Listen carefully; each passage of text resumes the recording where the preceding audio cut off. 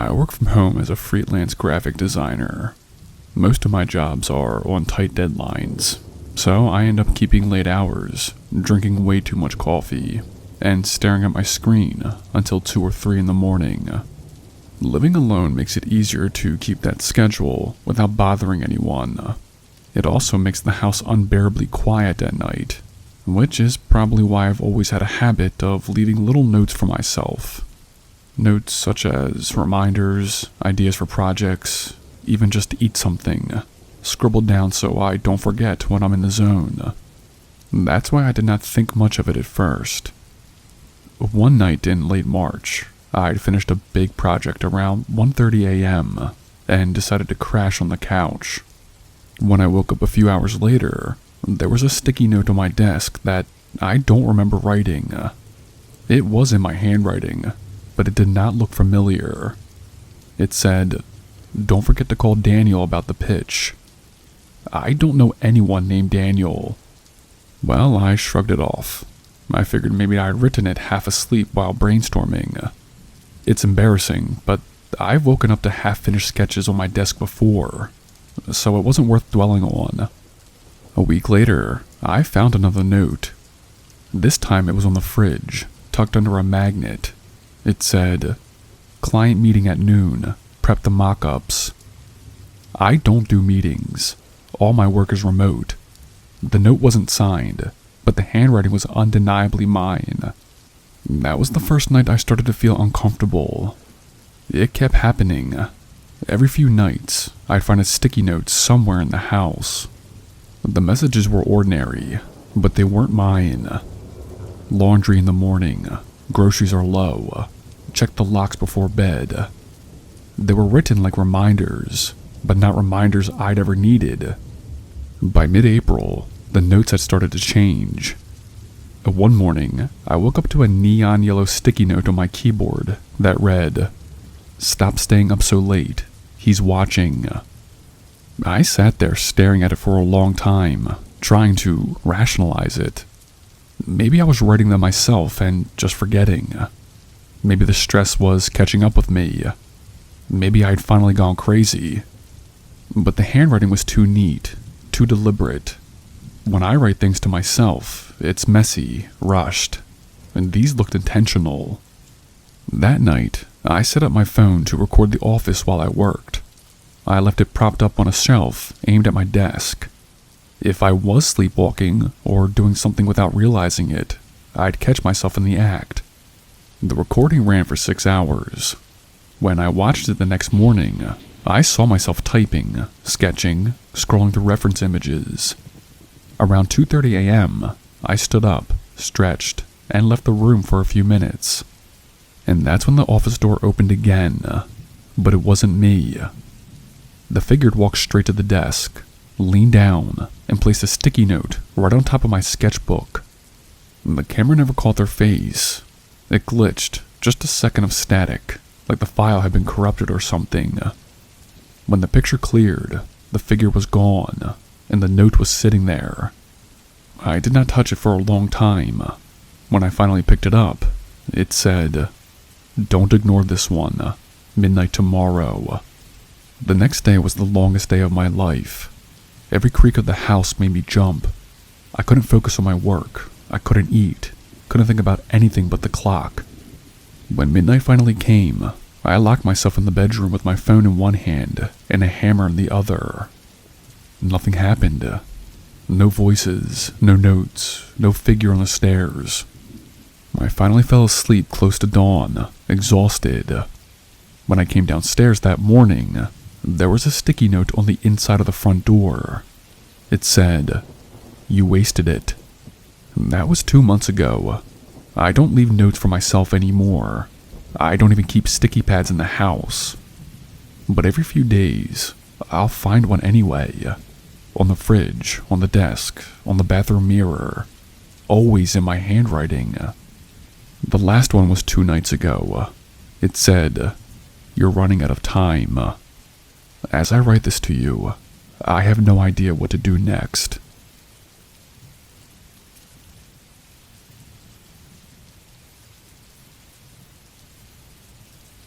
I've been hiking solo for years now. It's not always the safest hobby, I'll admit it, but I like the silence, the feeling of being cut off from everything for a while. Now, I usually stick to the established trails, but sometimes I'll push a little deeper if I know I can handle the terrain. That's what I was doing last October when the storm rolled in. The weather had been clear all morning. I started on the East Ridge Trail with the plan of camping overnight and looping back in the morning. By mid-afternoon, the sky was dark and the thunder started rolling through the valley. I knew I needed cover, and fast. The rain came harder than I expected, and the temperature dropped quickly. Out there, you can't just hope it passes. You do need shelter. That's when I saw the cabin. It was tucked just off the trail, hidden by trees. The wood was weathered and gray, the windows coated in dirt, and the roof sagged like it had been patched up too many times. It looked abandoned, but it was better than being soaked to the bone. I pushed the door, and it groaned open. Inside, the air smelled damp and stale. Dust coated most of the surfaces, but the floor wasn't as bad as I expected. There was a cot in the corner, a small table, and a wood stove with a rusted pipe stretching through the ceiling. It wasn't comfortable, but it would do. I set my pack, got into dry clothes, and lit my lantern. The storm outside roared on, wind whipping against the walls, but in that little cabin, it almost felt safe. I boiled some water, ate a quick meal, and tried to settle in. By midnight, the storm had started to ease down a bit. I'd stretched out on the cot, listening to the rain taper off, when I heard something that made me sit up. It was dragging, a slow, heavy drag across the floorboards. I swung the lantern up, scanning the room. Nothing, just the shadows of my gear stacked against the wall. I held still, listening, and after a minute, I convinced myself it was the storm, maybe a branch scraping outside. I lay back down, blew out the lantern, and closed my eyes. The dragging started again. This time it was clearer, the sound of something heavy scraping against wood. I sat up, heart hammering, and held my breath. It wasn't coming from outside. It was under me. The cot was pushed against the wall, and beneath it, the floorboards looked uneven. I leaned down, lantern in hand, and realized the boards weren't nailed flat. There was a small, square cut into the floor, like a hatch. The dragging stopped the moment I touched it. I stayed crouched there for what felt like forever, waiting for that sound again, but it didn't return. Finally, I pulled the cot away and lifted the hatch. The lantern light spilled down into the crawl space. The smell hit me first. Damp earth, mold, something sour. I held the lantern lower and saw the packed dirt floor, a few broken jars, and what looked like old bedding shoved into the corner. And that's when I saw the marks. They were deep grooves cut into the dirt, long, dragging lines, as if something or someone had been pulled across it again and again. I dropped the hatch and shoved the cot back into place. I did not sleep. I sat with my back against the wall, staring at the door until the first light of dawn crept through the dirty windows. When I finally stepped outside, the storm had passed. The woods were silent again. I forced myself to take one last look at the cabin from the trail. The door hung slightly open, swinging on its hinge. For a second, I thought I saw movement in the gap, but I did not stay to be sure. I hiked until my legs shook, not stopping until I was back at my car. A week later, curiosity got the better of me. I called the ranger station to ask about the cabin. The woman on the line told me there shouldn't be any structures on that part of the trail. She said if I gave her the coordinates, they'd check it out, but according to the records, there was nothing there. I did not press her. I just hung up, told myself to let it go. But at night, when I think about that storm and the sound of something dragging below my feet, I still feel the dirt smell in my nose, the weight of the silence when it stopped. And I just can't shake the thought that whatever was under those boards had been listening the whole time.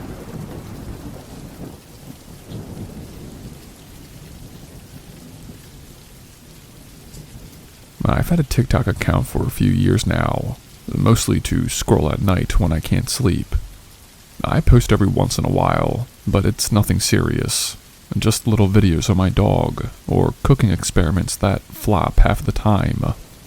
My account's private, and I don't have more than a couple dozen followers, mostly friends from work and family. And that's why what happened last March still makes my stomach drop every time I open the app. It was a Thursday night, raining hard enough to drown out the sound of traffic outside. I'd made dinner, put on a movie, and was half dozing on the couch when my phone buzzed with a TikTok notification. At first, I did not think much of it, just assumed someone liked an old video or a friend posted something. But the notification did not say that. It said, "You're live." And I sat up fast, staring at my screen. I hadn't gone live before, ever, actually. I did not even know how to set it up. But there it was, clear as day. "You're live on TikTok, 2 viewers." Confused, I clicked it open. The live feed filled my screen, and for a second, I couldn't make sense of what I was looking at. The camera angle was wrong. It wasn't facing my front-facing camera. It wasn't even my back camera. It was my living room. The view was from above, angled down from the corner of the ceiling. My couch, my coffee table, the movie paused on my TV, and me, sitting there on the couch, staring at my phone in shock. I scrambled to cover the lens with my hand, but nothing changed. The angle did not move. My hand wasn't blocking anything. That's when it hit me. The video wasn't coming from my phone. Someone had another camera inside my apartment. My heart raced so fast, I could barely breathe. On the screen, comments started scrolling. There weren't many, but enough to make my skin crawl. She finally noticed. Look at her face, LOL. Waved to us. I shut the app, my hand shaking, and ran to the kitchen. My brain was spinning so fast I couldn't think straight. I pulled out a chair, climbed up, and checked the smoke detector above the living room. The little red light blinked back at me. I yanked it down. Inside, instead of the usual battery setup, there was a tiny black lens. I dropped it and backed away like it had bitten me. My phone buzzed again. Another TikTok notification. Live, 4 viewers. I did not want to look, but I couldn't stop myself. I opened the app again, and this time the angle was different. From the corner of my bedroom, my unmade bed, the lamp on the nightstand, the pile of laundry I hadn't folded yet, and my reflection in the darkened TV screen as I stood frozen in the doorway. More comments kept coming. She found the first one. Check the others. Closer than you think. I wanted to run. I wanted to call someone, but my legs would not move. I forced myself to back out of the room, grab my keys, and left the apartment without turning off a single light. I sat in my car in the pouring rain, gripping the wheel, trying not to fall apart. When I finally worked up the nerve to call the police, I couldn't even explain it properly to them. How do you tell someone strangers are watching your apartment through TikTok without sounding insane? An officer came by, checked the place, and wrote up the report. He found the smoke detector camera I pulled down, but nothing else. No one could explain how the stream was happening, or how my account had been taken over. TikTok support sent me generic responses about account security and password resets.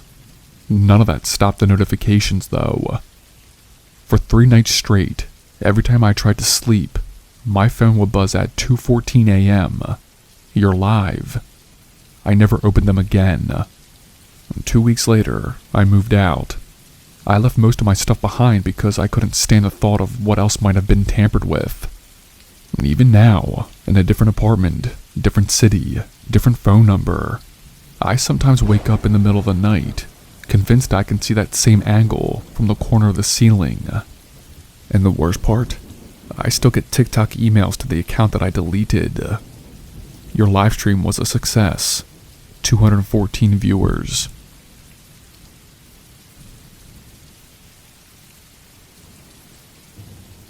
I was 17 when this happened, traveling with my parents and younger sister from Illinois down to visit family in Texas.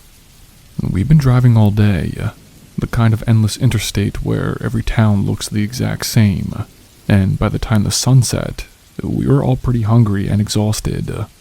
My dad spotted a neon sign for a diner off the highway, the only place we'd seen for miles, so we pulled in. The parking lot was almost empty, and just a beat-up pickup truck and a semi parked off to the side. The diner itself looked like something out of a movie. Flickering neon, windows fogged from the kitchen, and a bell that jingled when you pushed the door open.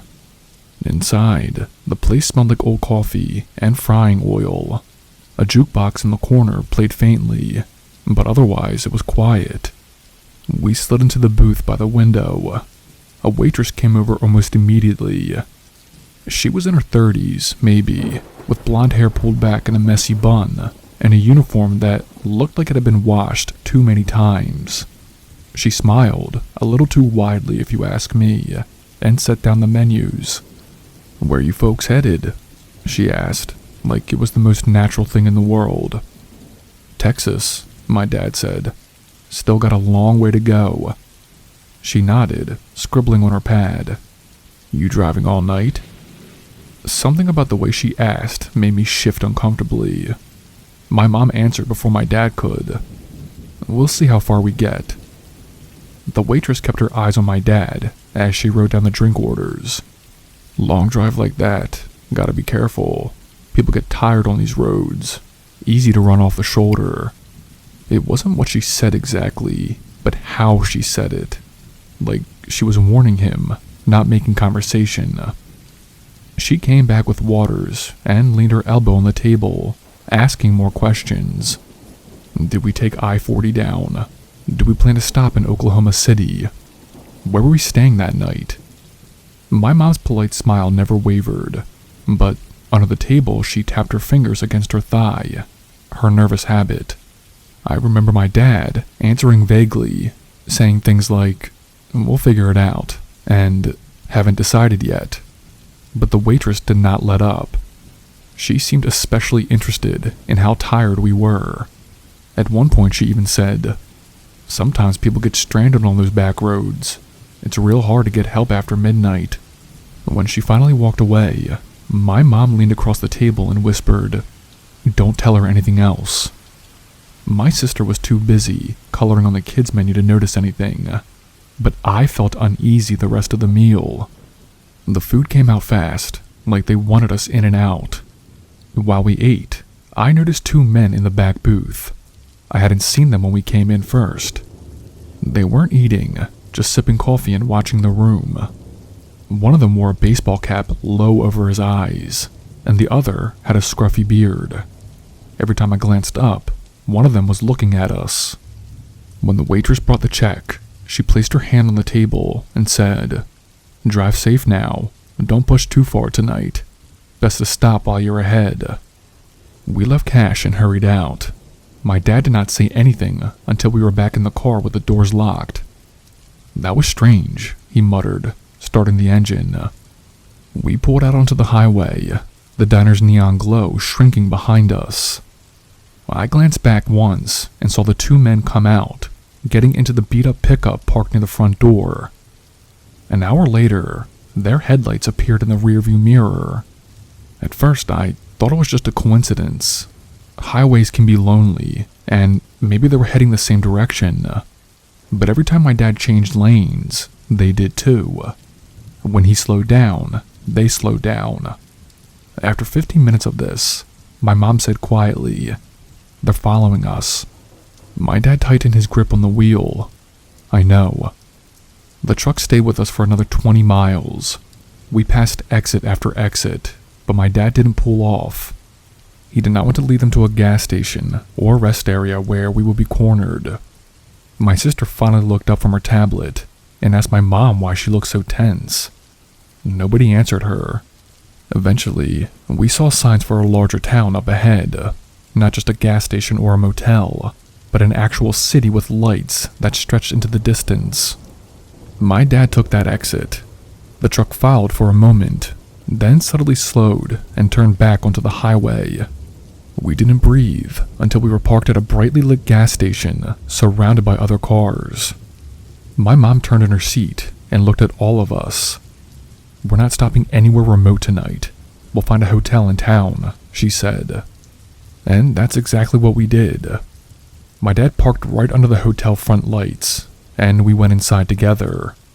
None of us mentioned the diner again. Not that night, not the next morning. But I noticed how carefully my dad scanned the parking lot before we left. Looking back, I don't know if the waitress was involved, or if the two men just happened to leave when we did. But the way she pushed for details, where we were going, how far we drive, if we were tired, it still makes my stomach turn. Sometimes, I wonder if she was trying to warn us. Other times, I wonder if she was helping someone pick their next target. All I know is that, on long road trips now, I avoid the glowing diners in the middle of nowhere. No matter how hungry I am, it's not worth the risk of being remembered.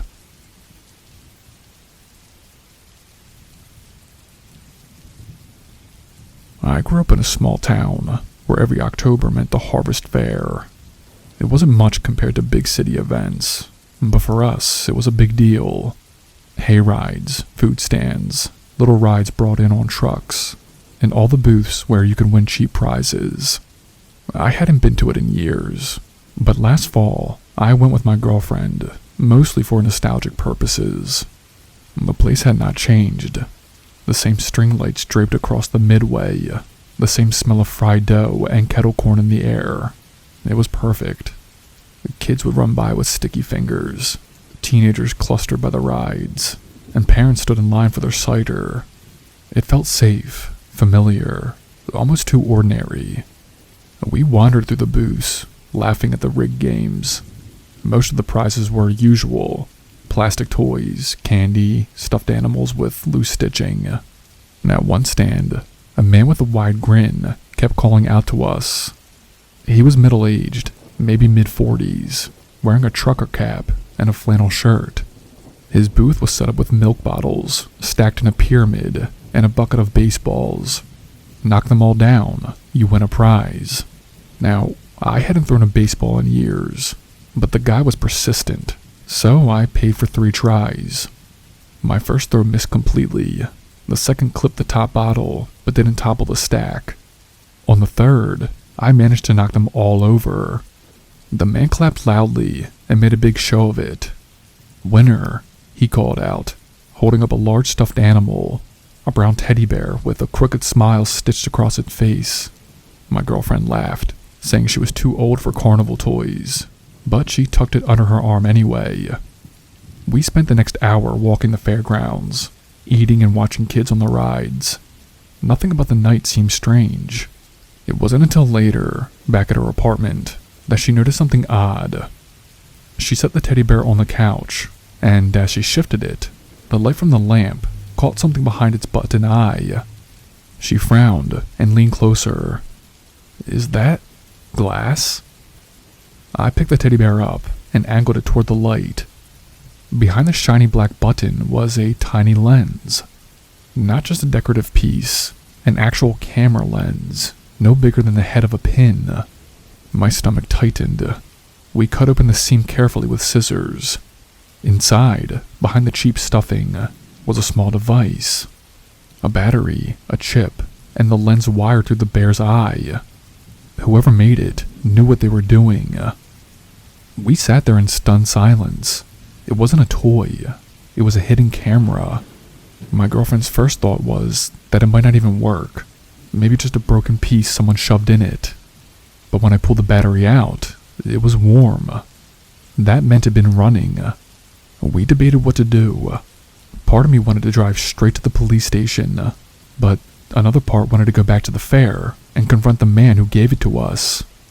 In the end, caution won. We put the device in a shoebox and drove it to the station that same night. The officer on duty did not seem surprised. He bagged it and asked us to describe the booth operator. I told him about the flannel shirt, the cap, his build, his voice. He scribbled notes and then asked if we still had the prize ticket that he gave us. We didn't. He hadn't handed one over, just the bear. The officer nodded, like that detail mattered more than we realized. Over the next few days, we waited to hear back. When the fair packed up and left town, I thought maybe it would all just disappear with it. But then the officer called me in. He showed me a table with several similar devices laid out. Not all in teddy bears, some in dolls, some in plastic toys, all wired with cameras, all pulled from booths at that fair. He told me they hadn't been able to locate the man I described. None of the fair organizers had records of who operated that booth. The name on the rental form was fake. The address was empty. He'd been a ghost, someone who set up, blended in, and then vanished once the attention got too close. They never recovered the footage either. The devices were transmitting somewhere, but wherever that feed went, it was gone before they got to it. I tried not to think about what might have been recorded, or how many families left the fair with toys like ours. The thought of kids carrying them into their bedrooms makes me sick. Now, whenever I see those little roadside carnivals pop up, I keep driving. It's not the rides or the food or the games that bother me. It's how easy it would be for someone to slip in unnoticed, set up a booth, and hand out surveillance equipment disguised as prizes. It makes you wonder how many smiles, how many laughs, how many private moments were never meant to be shared, but were watched by someone, somewhere, all the same.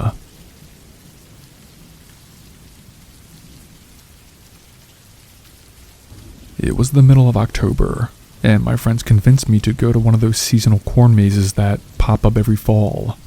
Honestly, it wasn't something that I wanted to do.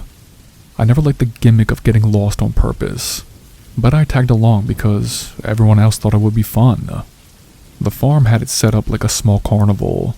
Food stands, music blasting from speakers, and strings of lights leading people toward the maze entrance. They handed us maps when we walked in, though they were more for decoration than anything else.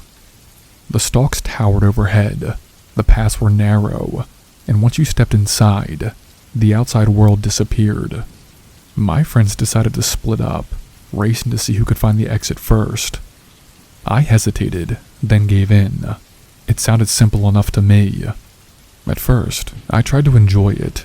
The ground crunched under my shoes as I jogged through the turns, hitting a few dead ends and laughing at how poorly I was doing. I could still hear faint shouts from other groups nearby, and that gave me a sense of safety. As long as there were other people around, nothing could happen. But then I noticed something that didn't feel like part of the fun. I became aware of footsteps that weren't mine. They followed a steady rhythm, close enough to notice, far enough to stay hidden. I stopped abruptly, hoping whoever it was would reveal themselves. The noise stopped too, just rows of corn swaying gently in the breeze. I told myself it was an echo, sound carrying from another path, and I kept walking. But the longer it went on, the harder it was to convince myself. The steps always matched mine. When I slowed down, they slowed down too. Eventually, I stepped into a clearing where several paths converged. A few strings of bulbs hung overhead, casting a weak yellow light. That's when I saw him. A man stood across the clearing, half in shadow. He wasn't wearing the farm staff shirt like the other workers were. His clothes were plain and dark, nothing distinctive. What froze me wasn't what he wore, it was his face. At first glance, it almost looked normal, but the longer I stared, the more wrong it seemed. His eyes were too wide, glassy, locked on me without blinking. His jaw hung loose, not fully open, not fully closed either, lips twitching like he couldn't decide on an expression. It did not look like someone trying to scare me for fun. It looked like someone who had been standing there for a long time, watching, completely still. The light flickered once overhead, and in that momentary shift, his features looked even more unnatural. His skin was pale under the bulbs, almost waxy, and his mouth quivered like he was silently mouthing something that I couldn't hear. The kind of face that makes your stomach turn even though you can't explain why. I forced myself to move, choosing a path at random. My legs carried me faster than I intended, my heart hammering against my ribs. I did not want to run, but I couldn't shake the feeling that he'd follow if I didn't. Sure enough, the stalks rustled behind me. The steps were deliberate, patient, never hurrying, never falling away. I couldn't bring myself to look back. Every turn looked the same. Corn walls, dirt paths, occasional arrows that seemed to point in circles. My throat felt tight, my mouth dry, and then I stumbled into another clearing. He was there again. Different edge of the space, same posture. His head was tilted slightly, eyes locked on me like he knew exactly where I was going before I did. His expression hadn't changed. Wide eyes, slack jaw, lips trembling with some unspoken word. I broke into a run. I shoved straight through stalks, ignoring the designated path, arms scratched raw by the sharp leaves. My jacket tore, but I did not stop. I pushed through until I emerged behind the maze, in a part of the field not meant for the visitors. It was darker there, quieter, just the faint glow of the fairground's light far away. I crouched low, sucking in air, listening. For a long moment, there was nothing. Then I heard it again. A faint rustle, stalks shifting as someone moved steadily through them. Not rushing, not panicking, just following me. I crawled along the field's edge until I found the perimeter fence. I scrambled over and dropped onto the gravel lot, startling a family walking back to their car. They gave me a weird look, but I didn't care. I just wanted out. I never told my friends what happened. By the time I found them again near the food stands, I pretended I'd gotten lost and wandered out a side path. They laughed, teased me for being the first one out. I did not correct them. I've never stepped foot in a corn maze again. I don't plan to. Because when I think back on that night, I can still picture that face in the yellow light. Not a mask, not makeup, not an act. Just someone standing too still, too intent, in a place they did not belong. And what unsettles me most is how sure I am that if I stayed in that clearing 1 second longer, he would have stepped forward.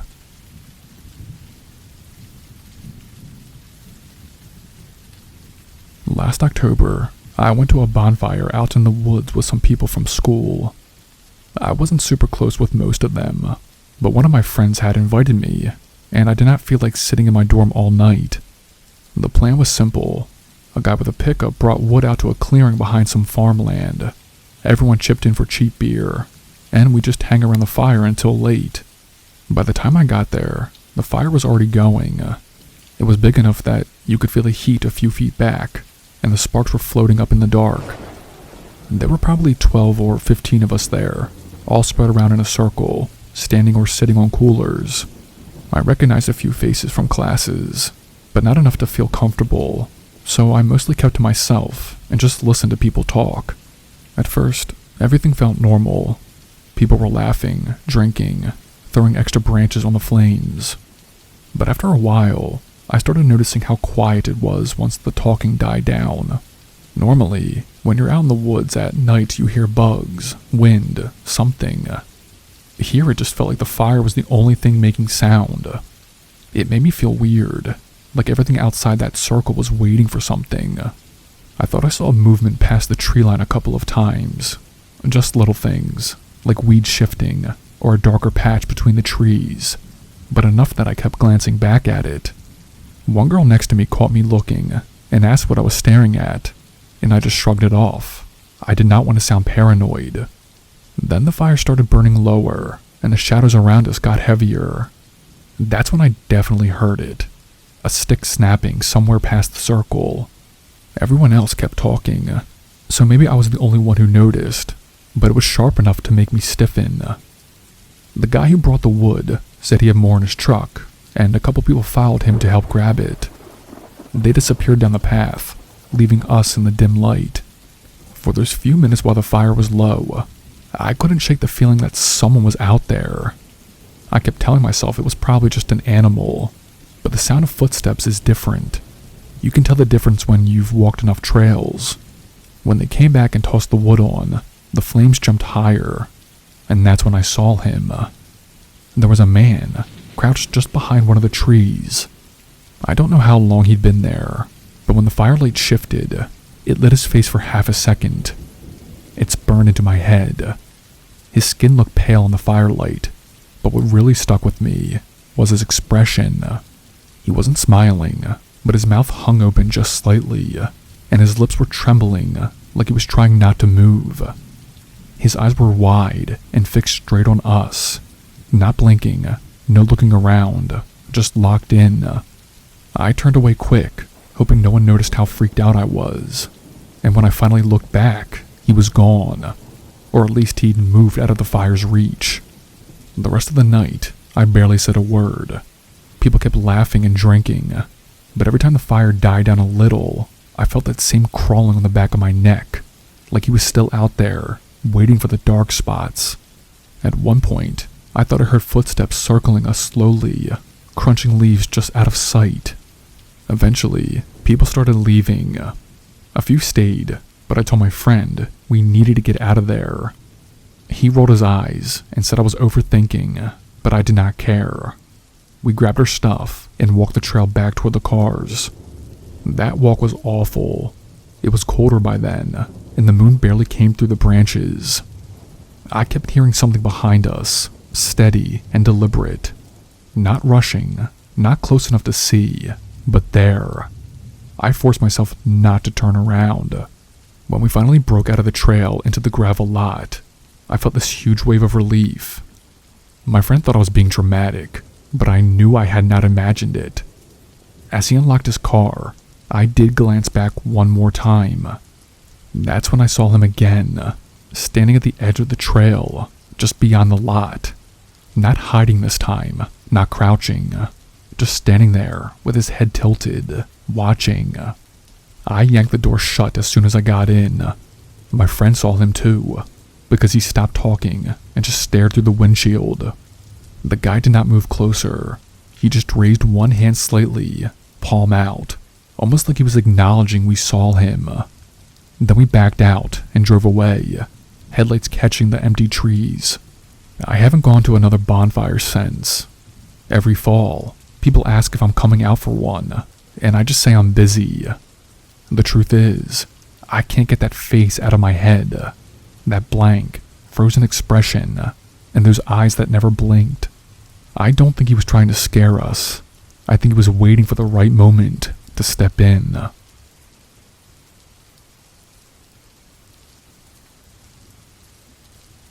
I took my son to Spirit Halloween last October to pick out a costume. He was 6 at the time, full of energy, and couldn't stop talking about what he wanted to be. First, it was a vampire, then a superhero, then some kind of skeleton pirate he saw in a YouTube video. I figured letting him run around the aisles might help him decide. The store was in an old, half-abandoned strip mall, the kind of place that always looked temporary. The ceilings were unfinished, the carpet was stained from whatever business came before, and you could smell dust under the plastic costumes. But my kid did not care. To him, it was paradise.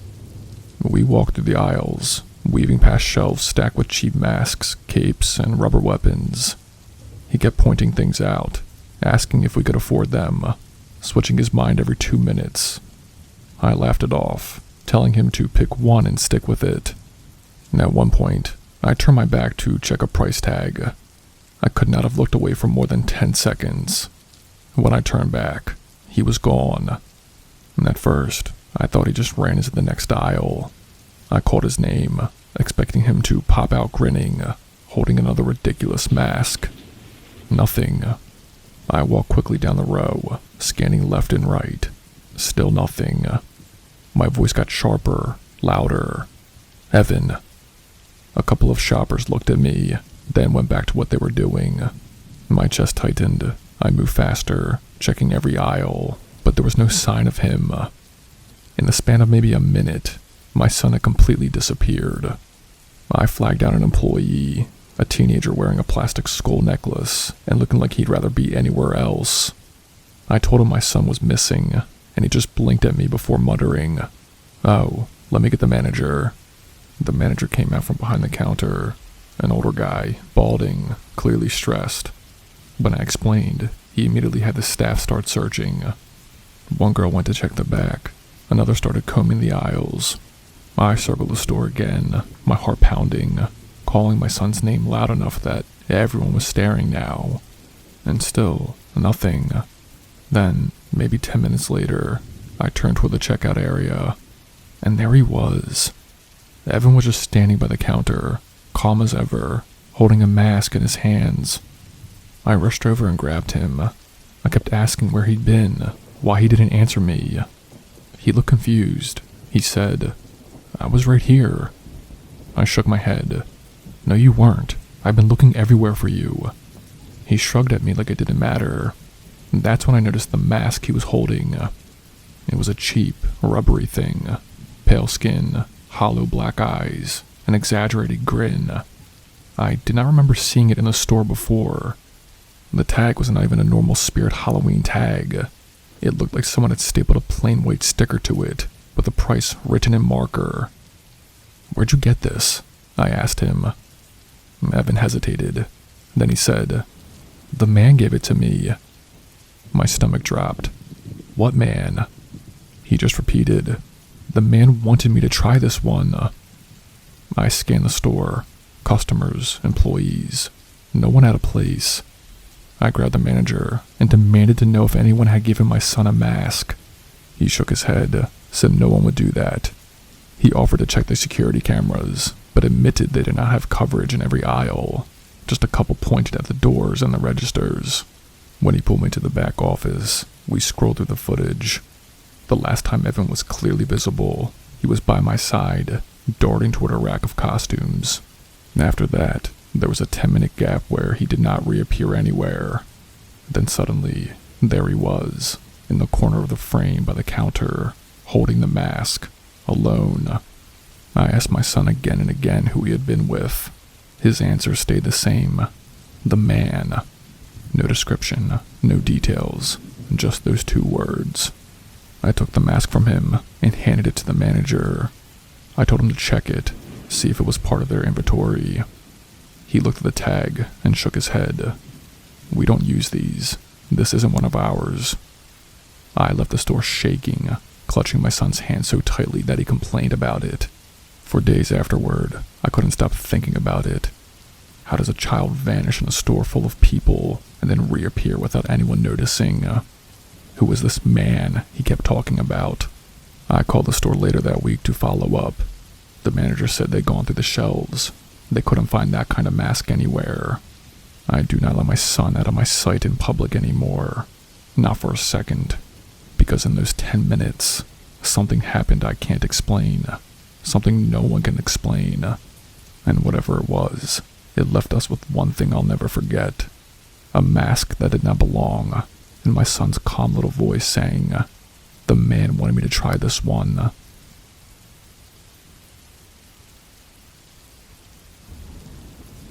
Last year, I took a seasonal job at Spirit Halloween. It was inside an old big box store that had been empty for a while, so everything about it felt really temporary. The walls were still painted the colors of the last business. Half the ceiling tiles were missing, and we built shelves out of whatever fixtures were left behind. I figured it would be easy money before the winter break. Most of the work was unpacking crates and hanging up costumes. The shipments came in huge cardboard boxes with packing slips taped to the sides. The slips always matched what was inside. Superheroes, clowns, witches, all the usual stuff that you would expect. One night, right before closing, we got a late delivery. The manager told us to at least open everything so we could stock it up in the morning. I went through the first couple of boxes with a box cutter, same cheap costumes and masks that we always get. Then I opened a bigger crate and stopped. Inside were rows of clear plastic bags, each one holding the exact same thing, a plain black jumpsuit with a hood. No branding, no tags, no logos, just solid black fabric. The barcode sticker on the bags did not look normal either. It was just a long row of numbers, no product code like Spirit Halloween usually does. I called the manager over. He scanned one with a handheld gun, and the screen flashed red with an error message. He frowned, muttered something about the warehouse messing up, and told me to shove the crate in the back until we could call corporate. We left it against the wall in the stockroom and finished up the night. I remember joking with another employee that it looked like the kind of outfit a burglar would wear. The next day, the crate was gone. I figured maybe it had already been shipped back. But later that week, I noticed something that made my stomach drop. While stocking masks near the front windows, I glanced out into the lot and saw the figure standing under one of the lamps. They were wearing the exact same kind of black suit. Head to toe, no markings, no color, not even visible logo on the shoes. Just standing there, perfectly still, facing the store. I brushed it off as someone messing around. Spirit Halloween attracts pranksters every year. But a couple of nights later, I saw another one. This time, near the dumpsters at the side of the building. Same outfit, same stillness. I did not say anything until one of my coworkers mentioned seeing somebody outside after closing. When I asked what they looked like, he said, all black, like those suits in that box. That's when I knew it wasn't just me. We started paying attention. They never came inside. They never knocked or tried the doors. They just appeared outside, one or two at a time, standing under the lot lights or near the edges of the building, always in those black suits. Then one night, while I was grabbing something from the stockroom, I noticed the crate again. The same one with the black suits, shoved back against the wall like it had never been moved. I asked the manager about it, and he swore he had called corporate. Said they told him they hadn't sent anything like that. He told me to leave it alone. But the suits outside did not stop. One night, just before closing, I looked up from the register and saw 3 of them under the parking lot lights, lined up evenly, not moving, just facing the windows. None of the customers noticed. The next morning, when we went to check the stockroom, the crate was empty. Every bag was gone. After that, the figures stopped showing up. The crate never came back. It was like the whole thing had been erased overnight. I did not stick around long after Halloween. Seasonal work is thankless anyway, but I couldn't shake the memory of those figures outside the store. A few weeks ago, I went back to that strip mall to grab takeout from a place a couple of doors down. Spirit wasn't there anymore. The building was empty again, windows covered in paper with for lease signs taped crookedly across them. I walked past on my way back to my car, and that's when I noticed something wedged in the frame of the front door. It looked like a strip of black fabric, pinched tight between the door and the metal frame, as if it had been caught when someone shut it. The texture was the same as the suits I remembered handling in the stockroom. I did not stick around to get a better look. I just went to my car and left.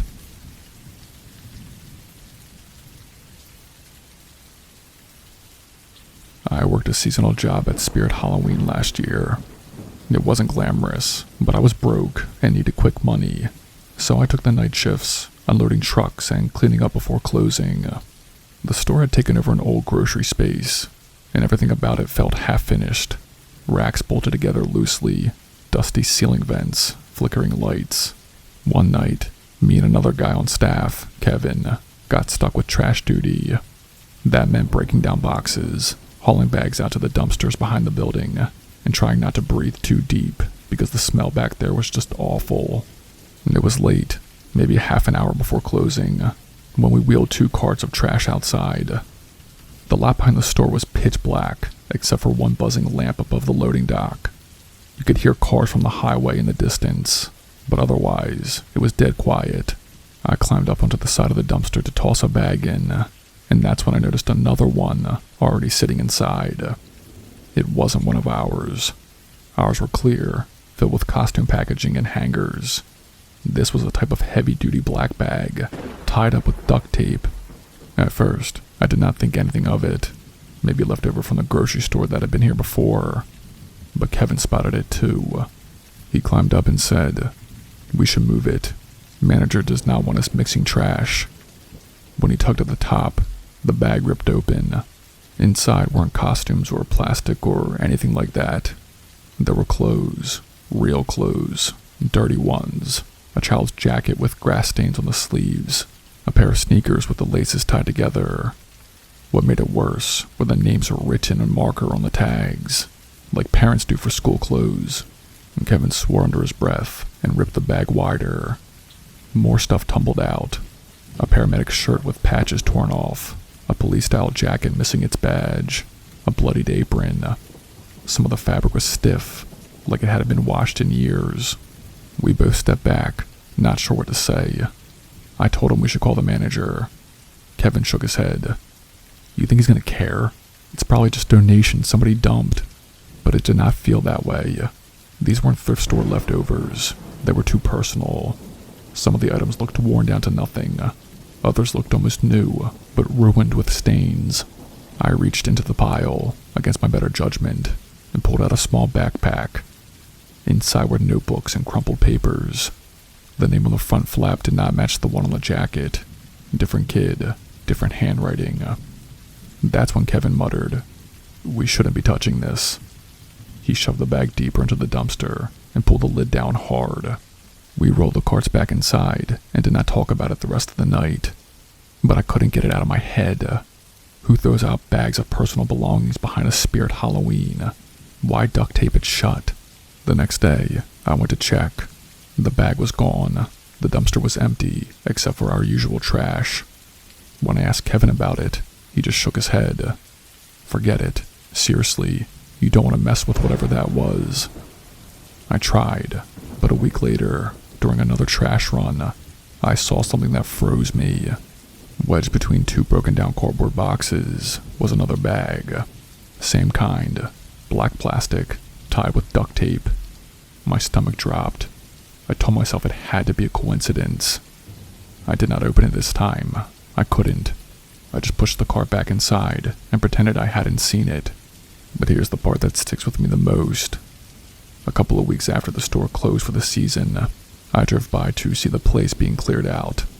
The sign was down. The windows had boards over them. Everything stripped back to the emptiness again. I almost kept driving, but something made me pull into the lot. Near the dumpsters, there was a pile of trash waiting to be picked up, and on top of it was another one of those black bags. It had split open, probably from being tossed carelessly, and I could see what was inside. Not costumes, not packaging. It was another jacket, child-sized. The name written on the tag wasn't one I recognized, but it was fresh enough to be read, the marker not faded at all. I did not get closer. I did not want to. I just got back in my car and drove away. That building has been empty since. Every time I pass it, I think about those bags. I don't know who left them, or why they showed up only during the weeks we were open. But I do know this much. Spirit Halloween did not ship them in. Someone else did, and they made sure to use the dumpsters behind the store. The one place no one was supposed to be looking too closely.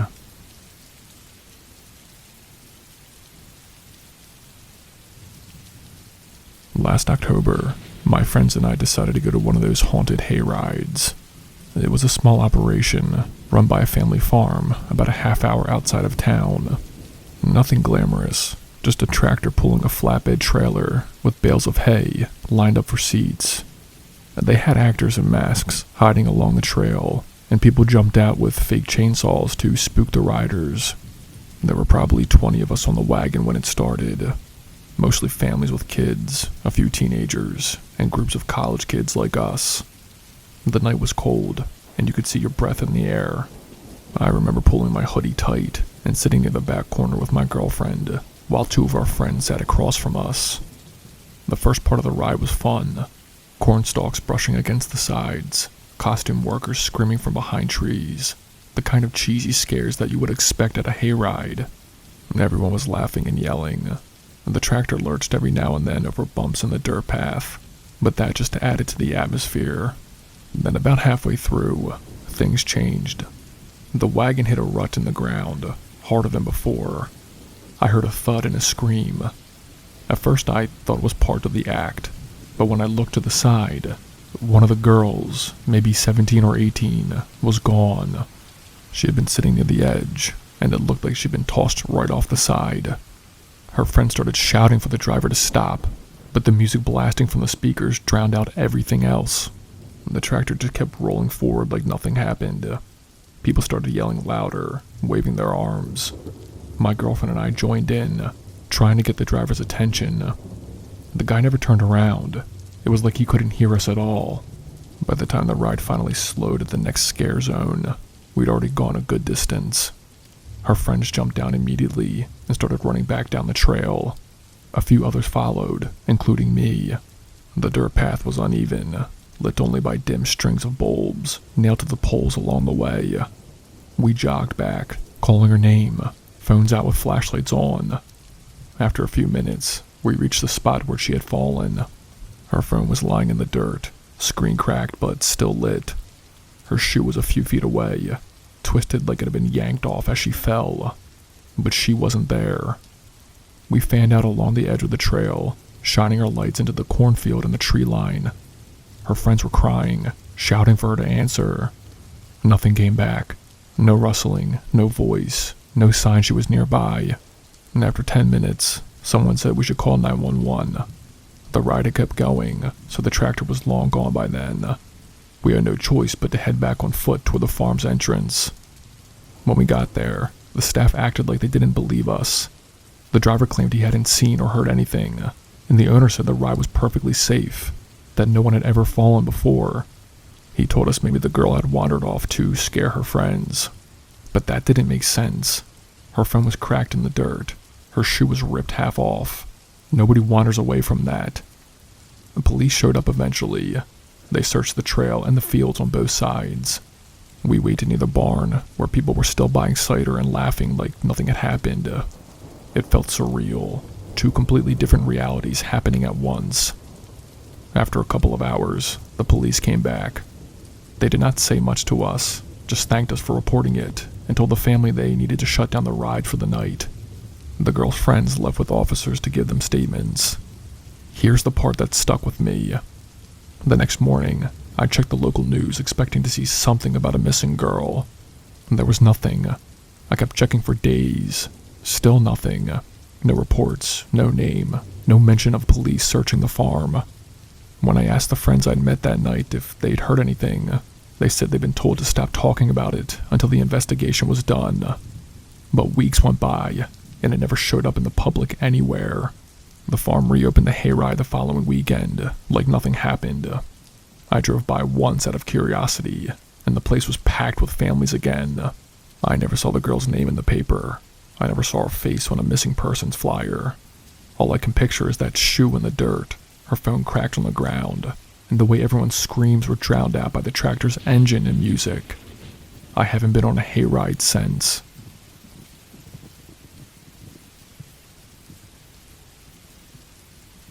I was working a hayride attraction last fall. It was just a small family farm that hired a handful of local kids and college students to run the haunted wagon rides.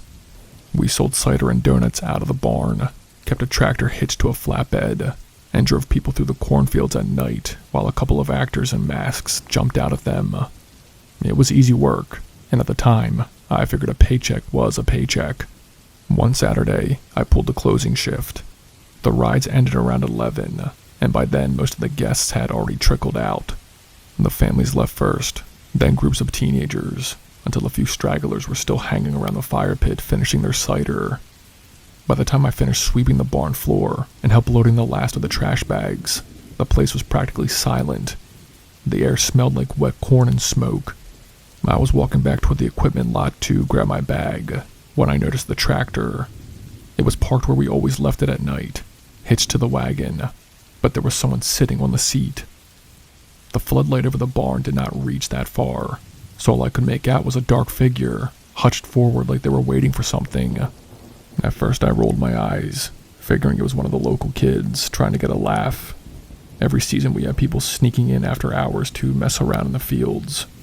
I cut my hands and shouted, "We're closed. You can't be out here." The person did not move. I started walking over, annoyed, rehearsing in my head how I'd tell them to get off the tractor before I had to call the owner. But as soon as my boots crunched on the gravel, the figure hopped down. Without saying a word, they sprinted straight into the cornfield. The stalks shook as they disappeared inside them. I stopped dead. It struck me as weird that they did not even try to make an excuse. Usually if kids get caught, they'd at least laugh or yell something back at me. This one didn't. They just ran. I called out again, louder this time. "We're closing. If you don't come out, I'm calling the cops." Silence. Then, from somewhere inside the field, I heard my name. Not shouted, whispered, close enough that it carried over the rows like the person was standing just out of sight. My chest went tight. I hadn't told anyone else on staff where I'd be, and only the people I worked with even knew I was on shift that night. Hearing my name like that, so faint but clear, turned my legs weak. The stalks shifted a few feet in front of me, like someone brushed past them with their hand. That was enough. I did not care about the job anymore. Minimum wage wasn't worth it. I backed up so fast and jogged toward the barn, trying not to look behind me. I grabbed my stuff from the office, told the manager I wasn't feeling well, and drove home without even clocking out. When I finally got into bed, I felt ridiculous. Maybe it had just been a prank. Maybe one of the actors I worked with had decided to mess with me. I kept telling myself that as I pulled the covers up and listened to the wind tapping branches against my window. But then the tapping changed. It wasn't random anymore. It was steady. Tap, tap, tap, like someone's knuckle in the glass. I froze. My room was on the second floor. I forced myself to roll over and look. The blinds were closed, but in the thin slits of light between them, I thought I saw movement. A shadow shifting slowly, blocking out the faint glow of the street lamp outside. And then, through the glass, I heard it again. My name, drawn out, whispered, almost carefully. I did not move. I did not even breathe. I just waited until the sound stopped. After what felt like forever, the tapping ended, and the shadow disappeared. I did not sleep that night. I sat with my back against the wall, phone in my hand, staring at the window until the sun came up. The next morning, I forced myself to pull the blinds open. The glass was clean. No smudges, no dirt. Nothing that proved anyone had been there. I told myself maybe I'd imagined it. Maybe exhaustion had twisted what I heard. But when I went out to my car, parked in the driveway under the same window, I noticed something. On the roof of my car, smeared faintly into the dew, was the outline of a hand.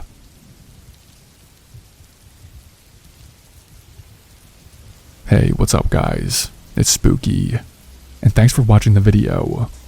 If you like this type of content, please like the video, subscribe to the channel if you haven't already, and leave a comment. It helps push it in the algorithm. Also, check me out on Patreon. I like to hang out there a lot, and soon we'll be posting more content on there that can't be on YouTube. Well, I hope you liked the video, and remember, stay spooky.